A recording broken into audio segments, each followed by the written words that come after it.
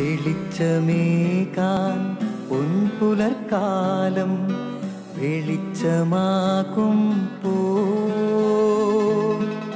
നുറുങ്ങുവെട്ടം പക്ഷിപരാഗം തെളിച്ചു കാട്ടുമ്പോ വരുന്നു ദൈവം മനസ്സിനുള്ളിൽ തിളക്കമേകിടാൻ തരുന്നു ധ്യാന പ്രകാശമാർക്കും വിളക്ക് വയ്ക്കുമ്പോൾ നുറുങ്ങുവെട്ടം ഇറങ്ങിടട്ടെ ഹൃദന്തമെല്ലാം യുഗപ്രകാശത്താൽ മറഞ്ഞിടട്ടെ മനാന്ധകാരം യുഗപ്രസാദത്താൽ നുറുങ്ങുവെട്ടം.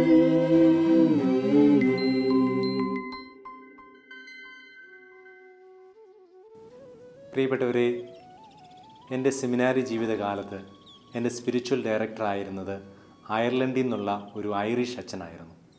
അച്ഛൻ ഒരിക്കൽ പറഞ്ഞ ഒരു കഥ ഓർത്തു പോവുകയാണ്.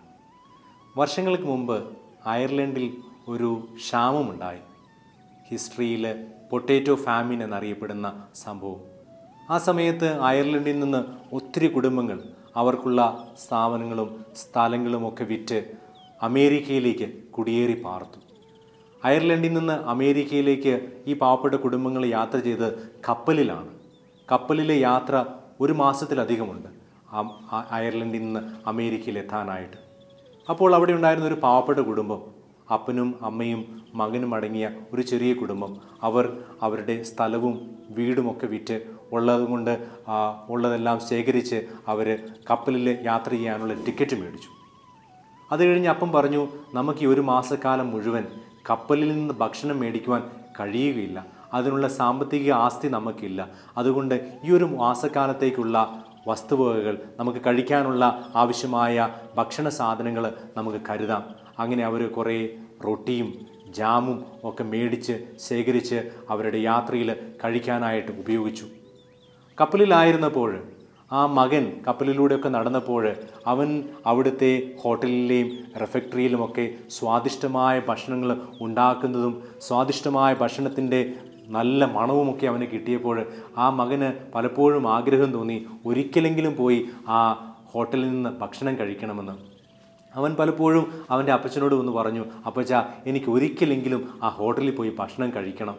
അപ്പോഴൊക്കെ അപ്പം പറഞ്ഞു, മോനെ നമുക്കതിനുള്ള പൈസയില്ല, നമുക്ക് ആ ഹോട്ടലിൽ നിന്ന് ഭക്ഷണം മേടിക്കാനുള്ള സാമ്പത്തിക ആസ്തിയില്ല. അതുകൊണ്ട് നമുക്ക് ഈ ഉണക്ക റൊട്ടിയും പച്ചവെള്ളവും ജാമും കുടിച്ച് സന്തോഷത്തോടെ ആയിരിക്കാം.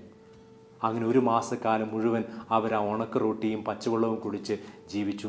അവസാനം കപ്പൽ നാളെ അമേരിക്കൻ കടൽ തീരത്തേക്ക് എത്തുകയാണ്. അവസാനത്തെ രാത്രിയാണ്. അപ്പോൾ മകൻ പോയിട്ട് അപ്പനോട് പറഞ്ഞു, അപ്പ ഒരു തവണ, ഇന്ന് നമ്മുടെ ലാസ്റ്റ് നൈറ്റാണ്, ഇന്നെങ്കിലും ഒരു തവണയെങ്കിലും എനിക്ക് ആ കപ്പലിലെ ഹോട്ടലിൽ നിന്ന് ഭക്ഷണം കഴിക്കാൻ ആഗ്രഹമുണ്ട്. അപ്പന് അലിവ് തോന്നി. കയ്യിലുണ്ടായിരുന്ന പൈസയൊക്കെ എടുത്ത് മകൻ്റെ കൊടുത്തിട്ട് ആ അപ്പം പറഞ്ഞു, മോനെ നീ പോയി കഴിച്ചു, നിനക്ക് ഇഷ്ടമുള്ളതെല്ലാം ഹോട്ടലിലെ റെഫക്ടറി നീ പോയി മേടിച്ച് കഴിച്ചു. ആ മകൻ സന്തോഷത്തോടെ അപ്പൻ നൽകിയ പൈസയുമായിട്ട് ഹോട്ടലിലേക്ക് ഓടിച്ചെന്നു. അവന് ഇഷ്ടമുള്ള ഭക്ഷണ പദാർത്ഥങ്ങളൊക്കെ ഓർഡർ കൊടുത്തു, സുഭിക്ഷമായി കഴിച്ചു. അത് കഴിഞ്ഞിട്ട് അവൻ വെയിറ്ററിനോട് പറഞ്ഞു, ബില്ല് കൊണ്ടുവരൂ. വെയിറ്റർ അവനെ നോക്കിയിട്ട് പറഞ്ഞു, ബില്ല് അടയ്ക്കേണ്ട ആവശ്യമില്ല, ഹോട്ടലിലെ ഭക്ഷണം കപ്പലിലെ ടിക്കറ്റിനോടൊപ്പം ഫ്രീ ആണ്, ബില്ലടയ്ക്കേണ്ട ആവശ്യമില്ല. ഒരു മാസക്കാലം മുഴുവൻ ആ കുടുംബം ഉണക്ക റൊട്ടിയും പച്ചവെള്ളവും കുടിച്ച് ജീവിച്ചു. ഹോട്ടലിൽ സുഭിക്ഷമായ, ഹോട്ടലിൽ സ്വാദിഷ്ടമായ ഭക്ഷണം ഫ്രീ ആയിട്ടുള്ളപ്പോൾ അവർ വെറും ഉണക്ക റൊട്ടിയും പച്ചവെള്ളവും കുടിച്ച് ജീവിച്ചു. പ്രിയപ്പെട്ടവരെ, ഒരുപക്ഷെ നമ്മുടെ ആത്മീയ ജീവിതമായി ചിന്തിച്ചു നോക്കുമ്പോൾ ഈ ഒരു കഥയ്ക്ക് ഒത്തിരി അർത്ഥമുണ്ടെന്ന് തോന്നിപ്പോകുന്നു. നമ്മുടെയൊക്കെ മാമുദീസായുടെ സമയത്ത്, നമ്മുടെ സ്ഥൈര്യലേപനത്തിൻ്റെ സമയത്ത് ദൈവം നമുക്ക് നൽകിയ ഏറ്റവും വലിയ ദാനമാണ് പരിശുദ്ധാത്മാവ്. നമ്മൾ സുവിശേഷത്തിൽ വായിക്കുന്നുണ്ട്, ഈശോയുടെ മാമുദീസായുടെ സമയത്ത് സ്വർഗം തുറന്ന് പരിശുദ്ധാത്മാവ് ഈശോയുടെ മേൽ വന്നു.